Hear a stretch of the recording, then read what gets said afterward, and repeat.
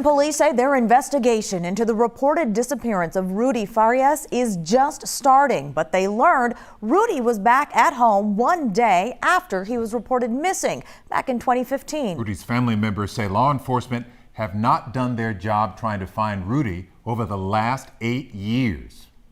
HPD failed us. The DA That's what failed they did. us yesterday. They had her, she was in handcuffs, and she was released because they said they had no proven evidence, no factual evidence.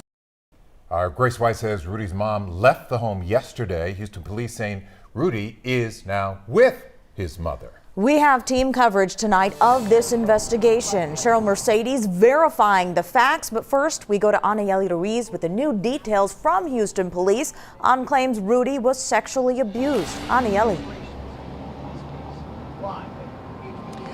Well, that's right. This story just keeps getting more confusing for everyone. But here's what HPD say. They say Rudy's been living with his mom this entire time. Matter of fact, they say they had several encounters with officers providing them fake names and fake date of births. All of this, they said they learned yesterday during an interview with Rudy and his mother. Now, take a look at the press conference from earlier today. It was during this press conference this morning where we learned Rudy came home on March 8th of 2015, one day after he disappeared, but officers say the mother continued to deceive police and allege it was a nephew who was living with her.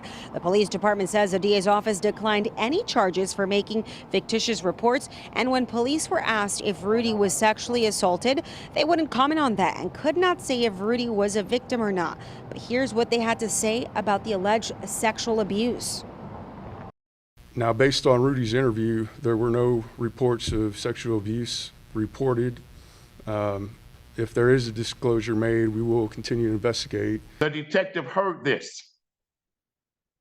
The detective also heard Rudy say he did not like him and that he would sometimes get out of her bed and sleep on the floor because he did not like what she was forcing him to do. To me, that's sexual abuse. And you just heard from activist Quanell X. He went into detail describing the alleged abuse. He says Rudy told him and detectives that he suffered under his mom's care. Quanell says he continues to worry for Rudy's safety, and so does Rudy's family. Aunts and cousins have showed up looking for Rudy. They feel like they've been let down by HPD and say they feel more could be done to protect Rudy. Now, police did reach out to Adult Protective Services and also put Rudy in contact with the victim's crime services. Now, by the way, during this whole ordeal, police did mention that Rudy was 17 years old, and that is considered an adult in the state of Texas. Reporting live, Anayeli Ruiz, KHOU 11 News. Yeah, we'll continue to follow the developments in this story. Anayeli, thank you. Of course, there are a lot of stories we've heard going around about this case, but not everything you are hearing is true. Our Verified team is staying on top of those latest developments to make sure you have all of the facts. Here's investigative reporter Cheryl Mercedes. Yeah, Cheryl. Rachel, and there's been a lot of speculation since the story broke, so let's get some verified facts for you. First up, there's been a lot of talk about over the 8 years that Rudy went missing, that he and his mother had contact with police. We can verify for you that that is true. An HPD detective confirmed during the news conference today that the two did come in contact with officers, but they used fake names and dates of birth when they talked to them.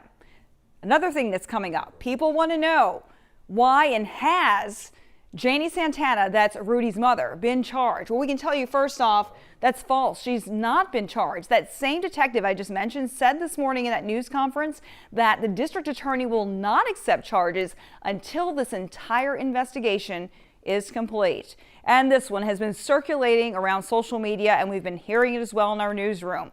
Talk of Rudy Farias being held captive, sexually abused, and drugged by his mom. Well, we can tell you right now that that's just unknown. Yesterday, community activists, you heard him right there in Anayeli's story, Quanell X told reporters that Rudy had been kept at his mom's house and that he was sexually abused.